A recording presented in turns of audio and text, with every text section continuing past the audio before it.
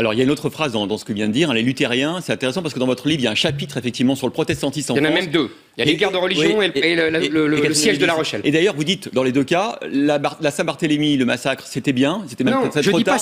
Et le siège de La Rochelle aussi, on a permis d'éliminer les Huguenots. Non, non. Ah, vous dites un peu ça. Non, non, vous caricaturez, mais c'est bien, c'est pas grave, c'est pas grave. Je me pose des questions. J'essaye de sortir de la doxa dominante.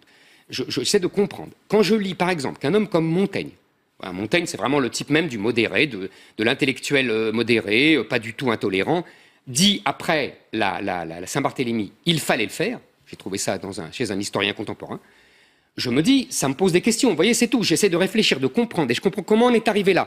Et il y avait effectivement à l'époque un fondamentalisme protestant qui était très vindicatif, très méprisant, très arrogant, et qui agressait cette société catholique. Et cette société catholique s'est sentie agressée par ce fondamentalisme. Et ça justifie les massacres? Non, ça justifie pas. Ça explique. J'essaie de comprendre. Expliquer, justifier... Non, on justifie jamais des massacres, vous comprenez. Mais les protestants n'étaient pas en reste. Hein. Il y a aussi des massacres de catholiques par des protestants. Hein. Ils n'étaient pas... Vous voyez ce que je veux dire? Et pourquoi elle est intéressante, sa phrase luthérien, les luthériens qui se réforment et puis les Gaulois qui se... Parce que c'est le mythe des élites françaises depuis 2 siècles. Les élites françaises, depuis 2 siècles, on le voit dès le XVIIIe siècle avec Voltaire, et surtout après Waterloo, quand les Anglais nous ont battus, et quand les grandes puissances protestantes, vous voyez, l'Angleterre, l'Allemagne, montent et deviennent vraiment dominantes. Les élites françaises disent au peuple français, vous avez voulu rester catholique, eh bien tant pis pour vous.